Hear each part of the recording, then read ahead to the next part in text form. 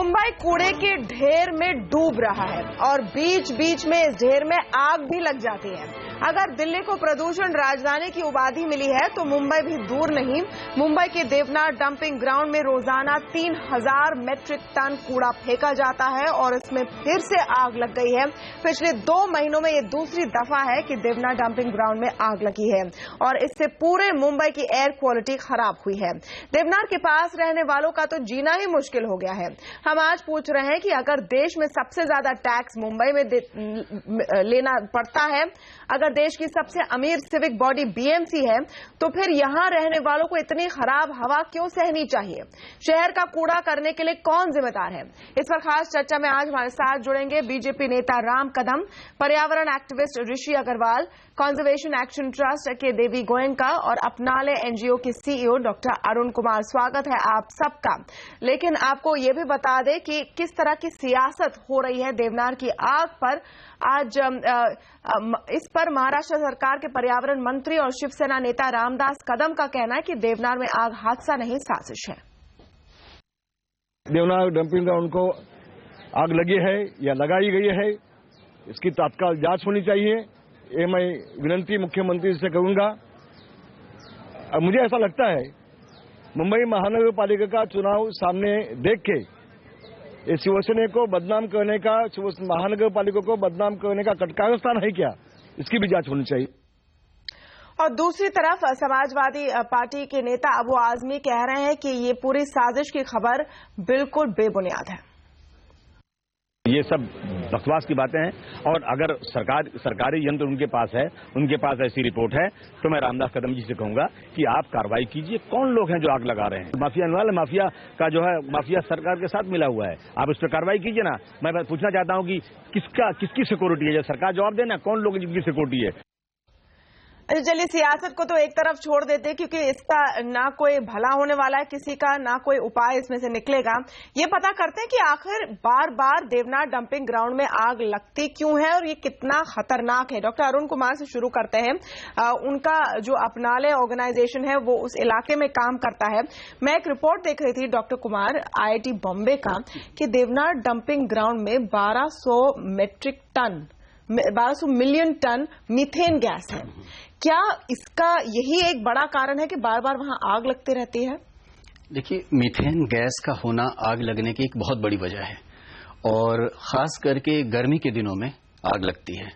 लेकिन आपने देखा होगा कि इस बार 28 जनवरी को पहली आग लगी थी और वो भी आग रात में लगी थी, जो अमूमन होता नहीं है। तो हमें ये जानना चाहिए कि आग रात में कैसे लगी और जनवरी के महीने में जब इतनी गर्मी नहीं होती तो उसका कारण क्या था। एक थियरी ये कहा जा रहा है कि शायद जो लोग वहां काम करते हैं उन लोगों ने आग लगाई होगी।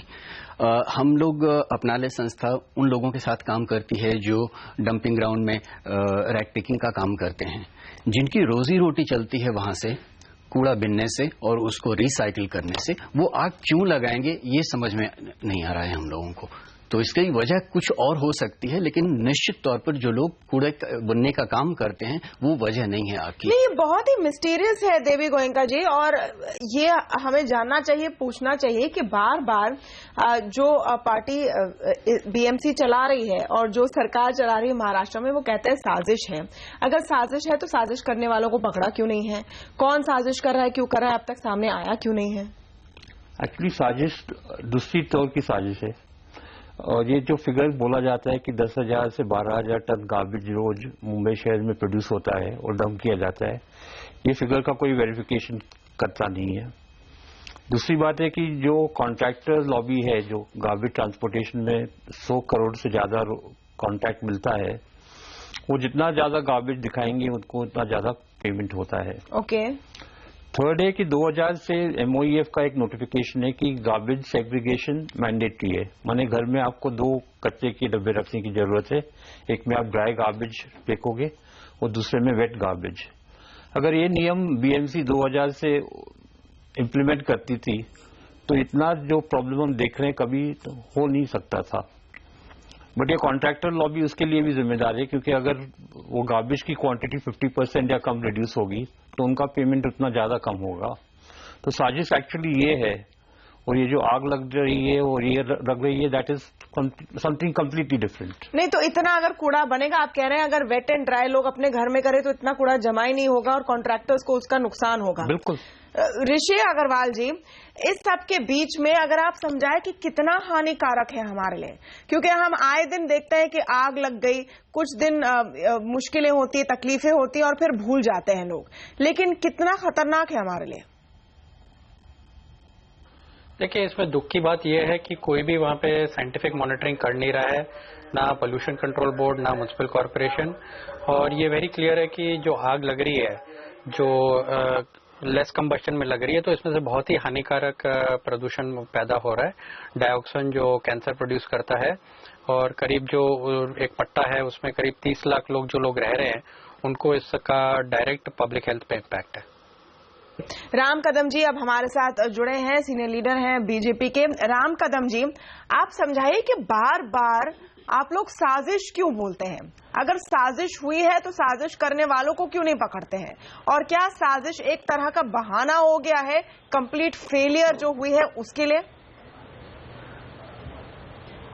देखो, इस विषय को मूल में जाकर बुनियादी कुछ प्रश्नों को समझने की आवश्यकता है इस विषय पर, कि मुंबई में जो लगभग 9,000 टन से अधिक जो कूड़ा जमा होता है, उसमें से 4-4.5 टन प्रतिदिन वहां पे ये देवनार के डंपिंग ग्राउंड में वहां पे जमा होता है।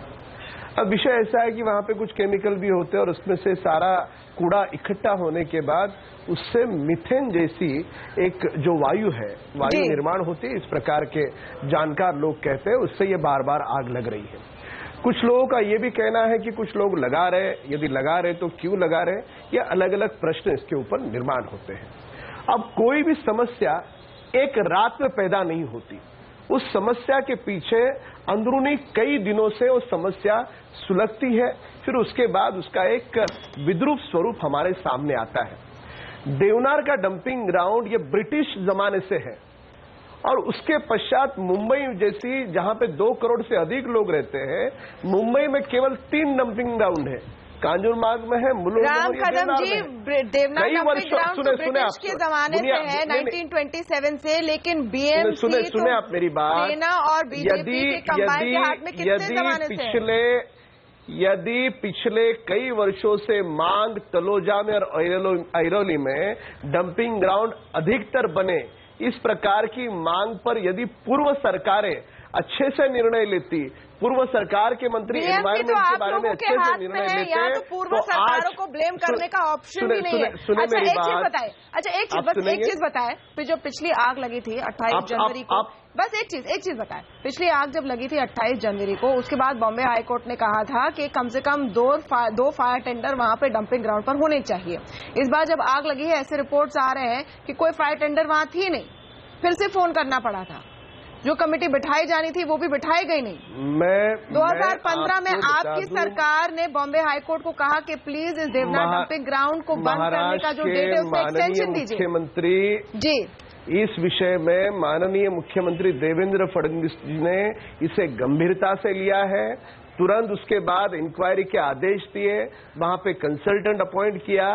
तलोजा और ऐरोली 2 जगह पे नए डंपिंग ग्राउंड बन रहे, उसके लिए केंद्र की एनवायरमेंट की परमिशन अब तक नहीं मिल रही थी, जो देवेंद्र फडणवीस जी ने स्वयं फॉलोअप करके उसे एनवायरमेंट का क्लियरेंस दिलाया। ऐसे धीरे धीरे सारी चीजें हमारी इस समय की सरकार और माननीय मुख्यमंत्री देवेंद्र फडणवीस जी कर रहे हैं। ये सारी समस्या का जड़ क्या है? जड़ ये है कि उसकी एक सीमा है वो डंपिंग ग्राउंड की, वो पर्याप्त होने के बाद भी वहां पे कूड़ा डाला जा रहा है। अगर वो डालने के पहले दूसरी जगह अगर होती तो इस प्रकार के समस्या का निर्माण ही नहीं होता। ओके, अब हमारे साथ फोन लाइन पर रईस शेख हैं, वो उस इलाके के एमएलसी हैं, समाजवादी पार्टी को बिलोंग करते हैं, और राम कदम जी, रईस शेख कह रहे हैं कि देवेंद्र फडणवीस सरकार सब कर रही है जो उनके पावर में है। ये समस्या इतनी बड़ी है क्योंकि कूड़ा ज्यादा है, जगह कम है, क्या करेंगे वो? सबसे पहले तो मैं वहाँ का स्थानिक नगर सेवक हूँ, एमएलसी नहीं जी। राम कदम जी जो कह रहे हैं वही बात 2 महीने से सिर्फ रटी जा रही है, ग्राउंड पे कोई बदलाव नहीं आ रहा।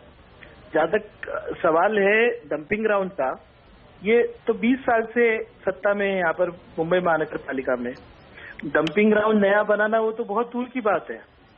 2009 से लावारिस इन्होंने डंपिंग ग्राउंड को छोड़ दिया एक प्राइवेट कंपनी के नाम से। इनके पास आज रिकॉर्ड्स भी नहीं है कि 2009 से डंपिंग किन जोन में हुई है। और आज जो परिस्थिति निर्माण हुई है, महानगर पालिका की जो निग्लिजेंस है, जो 2009 से प्राइवेट कंपनी के पास जब ये डंपिंग ग्राउंड गया, वो 2009 में टेंडर कैसे दिया गया, उसमें कितनी करप्शन थी, वो तो अलग विषय। लेकिन महानगर पालिका को जो बेसिक चीजें वहां पर करनी चाहिए, आपने फायर अटेंडर की बात की, आपको पता है 2 रिटायर्ड फायर अटेंडर वहां दे दिए गए। सीएफओ कहते हैं कि हम स्टाफ नहीं दे सकते। वहां पर रहने वाले लोग जो है गरीब है, वो वहां पे रहने वाले लोग माइनॉरिटीज और दलित के हैं, इसीलिए वहां पर निग्लिजेंस होता है। एक मिनट रईस शेख जी, हमने आपको शो पे इनवाइट किया क्योंकि आप वहाँ काम करते हैं और फैक्ट्स देने के लिए। उसको आप माइनॉरिटी रहते हैं, वहाँ पर दलित रहते हैं। देखिए, जब खराब हवा होती है तो सबको प्रॉब्लम होती है, चाहे उनकी कास्ट और कम्युनिटी कुछ भी हो। तो उस एंगल पे आप मत लेकर जाइए, क्योंकि वहाँ के आसपास के इलाकों में भी प्रॉब्लम हो रही है, हर जगह प्रॉब्लम हो रही है। मैं ये कह रहा हूँ कि वहाँ पर निग्लिजेंस इसलिए है कि population close to dumping ground रहता है, वो बहुत ही पुअर है। और आज जिस तरह का धुआं वहां पर हो रहा है, उससे पूरे मुंबई को त्रास है, पूरे मुंबई को त्रास है। और मुंबई महानगर पालिका 2 महीने से कह रही है, बेसिक चीजें मैं आपको बताऊं। नहीं, हम सुन रहे, एक मिनट, ये सब जो हमारे एक्सपर्ट्स भी हैं इस पूरे पैनल में, उनकी भी राय ले लेते हैं। अरुण कुमार जी, जो पॉलिटिकल बिकरिंग है उसको एक तरफ रखते हैं, उसमें एक्चुअल स्कैम कहां पर है? थोड़ी सी इसकी हिंट गोयनका जी ने हमको दी कि कॉन्ट्रैक्टर चाहते हैं कि ज्यादा गार्बेज पैदा हो, लेकिन इतने सालों से वेस्ट मैनेजमेंट का एक प्लान बना हुआ है। 2012 से मेरे ख्याल से वेस्ट मैनेजमेंट का प्लान शुरू हुआ था, 2016 तक उस पर कोई काम नहीं हुआ है।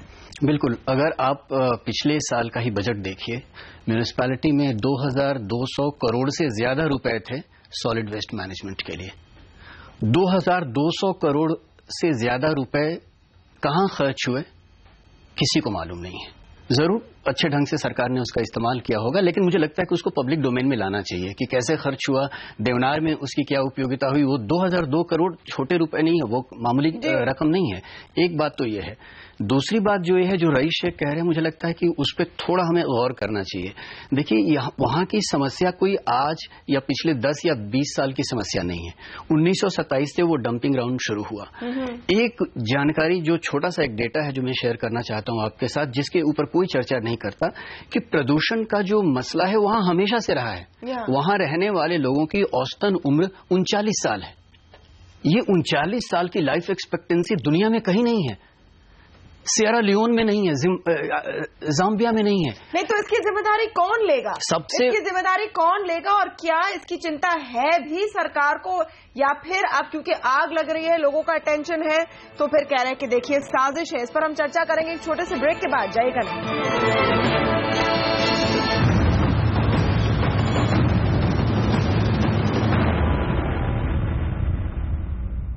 सिर्फ देवनार डंपिंग ग्राउंड की समस्या नहीं है, मुंबई में कूड़े की मैनेजमेंट का लगता है किसी के पास कोई प्लान है ही नहीं। हमारे साथ बैठे हैं एक एक्सपर्ट की पैनल जो जानते हैं वेस्ट मैनेजमेंट को, एनवायरनमेंट को और इस इलाके को। राम कदम साहब है हमारे पास, रईस शेख साहब है हमारे साथ इस पूरे डिबेट में। अब हम चाहेंगे कि हमारे एक्सपर्ट्स इनको सवाल पूछे कि क्यों अब तक काम नहीं हुआ है। अब गोयनका जी, राम कदम जी कह रहे हैं कि बहुत पुरानी प्रॉब्लम है जो हमने इनहेरिट की और हम कोशिश कर रहे हैं और टाइम तो लगेगा। मेरा सवाल एक सिंपल सवाल है कि मुंबई में जगह की हमेशा शॉर्टेज है और पॉपुलेशन तो बढ़ ही रहा है, आबादी बढ़ रही है और गार्बेज की क्वांटिटी भी प्रोपोर्शनेटली बढ़ते जा रही है। जब 2000 में नियम बना था कि गार्बेज सेग्रीगेशन कंपलसरी है और वेट और ड्राई गार्बेज अलग अलग डब्बे में रख के बीएमसी अलग तरीके से कलेक्ट करके डिस्पोज करेगा, तो 15 साल में कुछ एक्शन क्यों नहीं लिया गया है गार्बेज की क्वांटिटी रिड्यूस करने की, डंपिंग ग्राउंड की एरिया रिड्यूस करने की और कॉस्ट ऑफ गार्बेज डिस्पोजल भी कम करने की? ये 2200 करोड़ रुपए की जो बात हो रही है, that is a huge sum of money. नहीं, 2200 करोड़ गए कहां, ये भी एक बड़ा सवाल है। और राम कदम जी, अगर आप इस बात का जवाब दें कि 2000 में ये प्लान बना था, आज तक इसकी इम्प्लीमेंटेशन दूर दूर तक नहीं हो रही थी और बीएमसी इसके लिए सीधे सीधे जिम्मेदार है। देखो, आपको ज्ञात है कि मुंबई महानगर पालिका में पूरी तरह से सरकार शिवसेना की है। हम उनके साथ बहुत कम संख्या में हम उनके संग हैं। पर महानगर पालिका में जो सत्ता शिवसेना कर रही है, और ये बात भी आपको माननी पड़ेगी कि 2000 से लेकर के पिछले वर्ष तक महाराष्ट्र में कांग्रेस की सरकार थी, तो इसके परमिशंस के फैक्टर्स है, एनवायरमेंट के फैक्टर्स है, कांग्रेस के कार्यकाल में उन्होंने नहीं किया। और अब देवेंद्र फडणवीस जी इन सारे कदम जी, आप देखिए सब कुछ किसी और की गलती है, सब कुछ किसी और की गलती है, आपकी कोई जिम्मेदारी है आप ये मानोगे या नहीं मानोगे कि कोई भी समस्या एक रात में खड़ी नहीं, में बात कर सकते हैं क्या? थोड़ा पूर्व इतिहास है जी ऋषि अग्रवाल जी, तलोजा में और एरोली में जो प्लॉट लेने थे please come in Rishi Agarwal ground के, उसमें लीजिंग के महाराष्ट्र को, मैं बहुत ही स्ट्रॉन्ग ऑब्जेक्शन लूंगा कि ये बार बार एरोली और तलोजा की जो बात कर रहे हैं, नहीं, ये जो बार बार राम कदम जी तलोजा और एरोली की बात कर रहे हैं, ये बिल्कुल गलत बात है। मैं कुछ और टेलीविजन शोज में भी पार्टिसिपेट किया था, अभी मिस्टर अजय मेहता को भी मिले थे, और पब्लिक फोरम में बार बार बोल रहा हूं कि अगर आज भी हम कानून का पालन करना शुरू करें तो 2 साल के अंदर देवनार में कचरा जो 3000 टन जा रहा है वो 1500 टन जाना शुरू हो जाएगा। मुंबई में 24 वार्ड हैं, बिल्कुल स्ट्रिक्ट बना दिया जाना चाहिए कि हर 24 वार्ड का कचरा उसी वार्ड के अंदर सीमित तरीके से डिस्पोज किया जाएगा। तो ना कांजूरमार्ग की डंपिंग ग्राउंड की जरूरत है, ना देवनार की, ना मुलुंद की, और ना ही एरोली और तलोजा की भी। इसमें प्रॉब्लम ये हो गई है कि जो लोग जानकार हैं उनको बिल्कुल बाहर रखा जा रहा है, जिनको सियासत करनी है, जिसको उनमें से पैसा बनाना है बीएमसी के बजट में से, वो सब अंदर डिसीजन मेकिंग कर रहे हैं। एक strict segregation of waste, food waste और नॉन फूड वेस्ट, इसकी बहुत ज्यादा सख्त जरूरत है। जो जनवरी के आग लगने के बाद में भी देवेंद्र फडणवीस जी उस पे स्ट्रांग एक्शन नहीं ले रहे हैं, वो कानून को बिल्कुल स्ट्रांगली इंप्लीमेंट करना है। जनवरी में आग लगने के बाद फरवरी में आईआईटी बॉम्बे ने जो रिपोर्ट सौंपी थी, इसकी थोड़ी सी बात कर देते हैं। 1200 मिलियन मीथेन टन का मीथेन गैस है वहां पर, उसके लिए वेल बनाइए, उसको फटाफट रफा दफा कीजिए, ऐसी एक सिफारिश भी थी उस रिपोर्ट में। क्या उसको माना गया या नहीं? छोटा सा ब्रेक लेना होगा, राम कदम से पूछेंगे आने के बाद। देखिए राम कदम जी, यहाँ पर पॉलिटिकल सवाल नहीं, एक्सपर्ट से आपको सवाल मिल रहे हैं, सीधा सीधा हम उम्मीद करेंगे आप जवाब देंगे इस ब्रेक के बाद।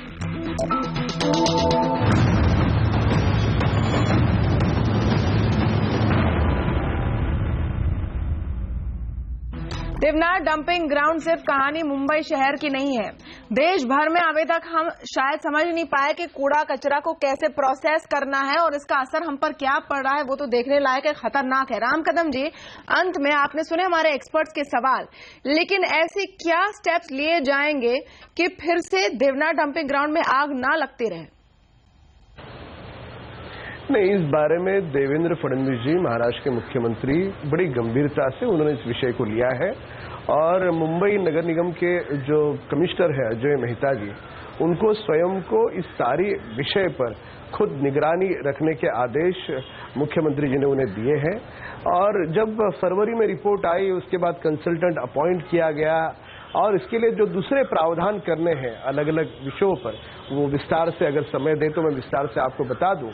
पर उन सारे प्रावधानों पर देवेंद्र फडणवीस जी स्वयं ध्यान रख रहे हैं, और अभी तक हमने सुना वो निगरानी रख रहे हैं, आदेश दिए हैं, ध्यान रख रहे हैं, और निगरानी रख रहे हैं, ध्यान रख रहे हैं, आदेश दिए हैं।